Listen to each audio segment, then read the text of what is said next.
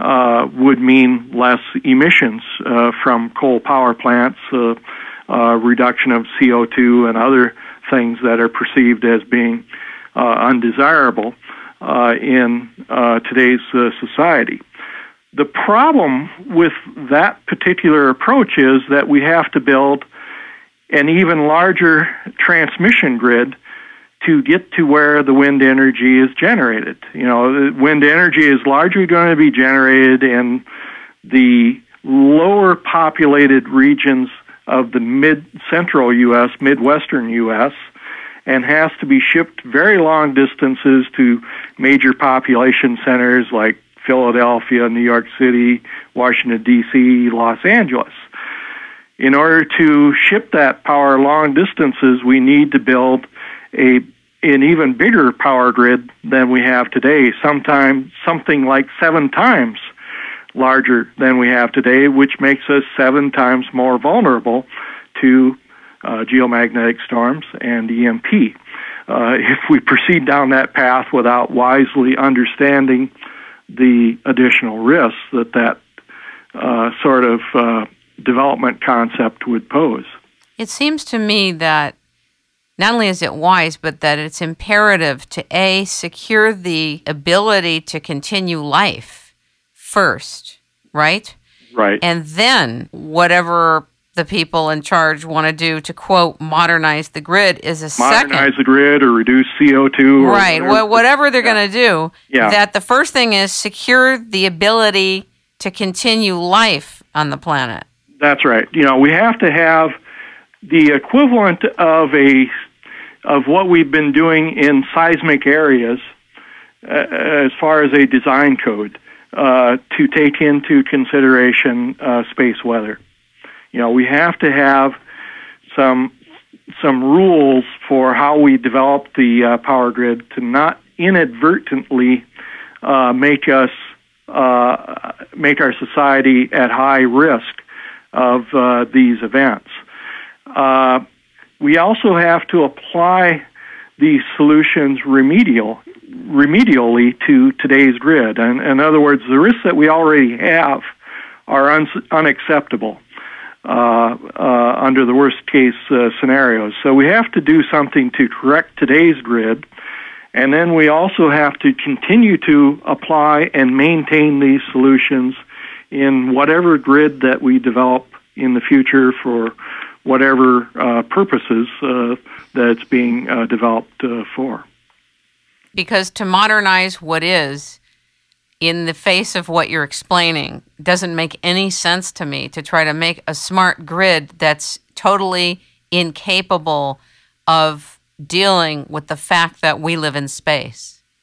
And that is the paradigm, is it not? I mean, we live in space. You don't want a smart grid that continues to be extremely brittle. What is this solar cycle 24, and is there any relevance to it? Just wanted a quick explanation because people are looking at it. Is there something to it?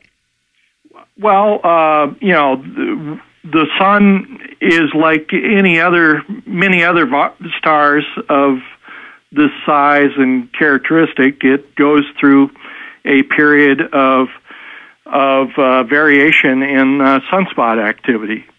You know, the sun is not unusual in terms of increasing and decreasing the variability of sunspots. And that's all the solar cycle or sunspot cycle is just a raw count of the frequency and occurrence of sunspot activity. And as we had talked about earlier, the best that we know right now is that the outlook for cycle 24, which is the 24th one that's been recorded in human history, you know, which only goes back about several hundred years in regards to accurately measuring this, is expected to be a below average sunspot cycle. Now, the sunspot cycle typically lasts about 11 years. So we're on the ascending phase of that right now.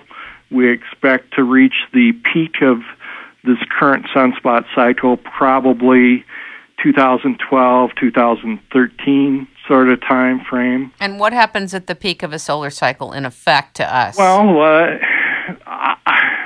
I would caution people not to read too much into the peaks of the sunspot cycle.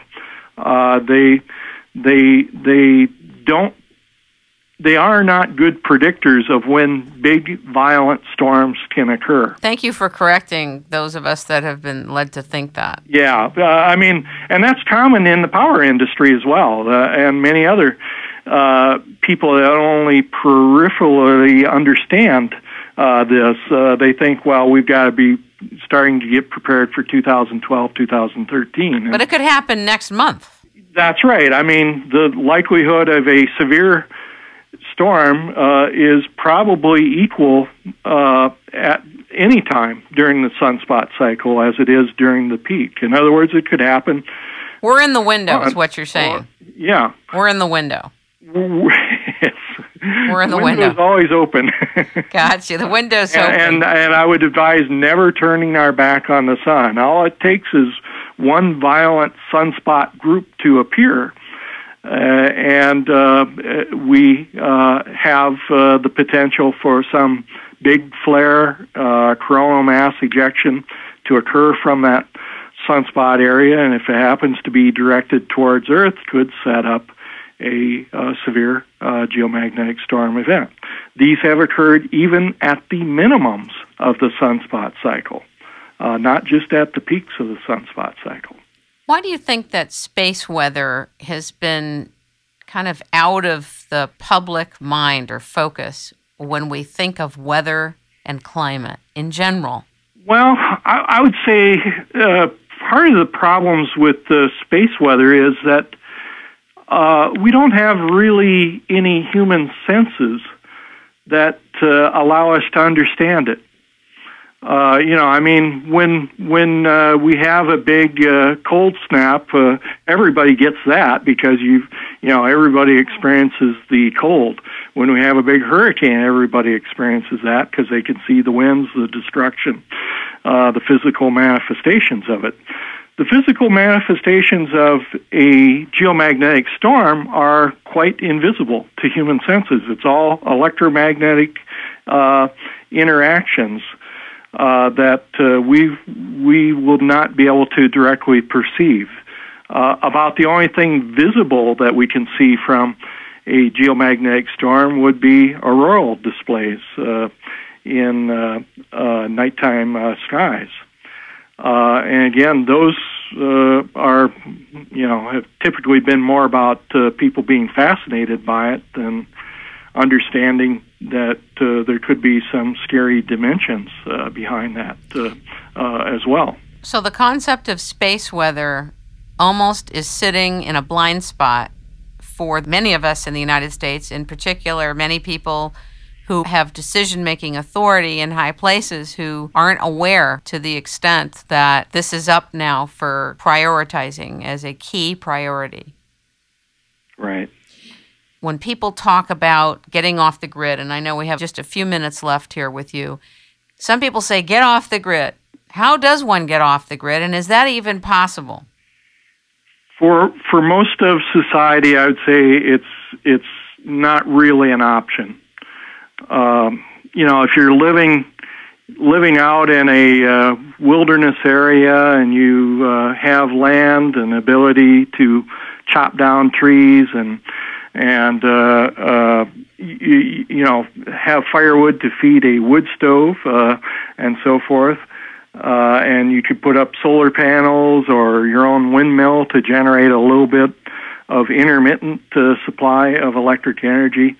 That is about the extent of what you can do as far as living off the grid. Remember, even running heating systems that are fired by natural gas now require electric supply to those natural gas furnaces because almost all of it has electronic ignition systems, control systems, fans, pumps, and so forth that are driven by electric energy, and they will not function with a large-scale blackout.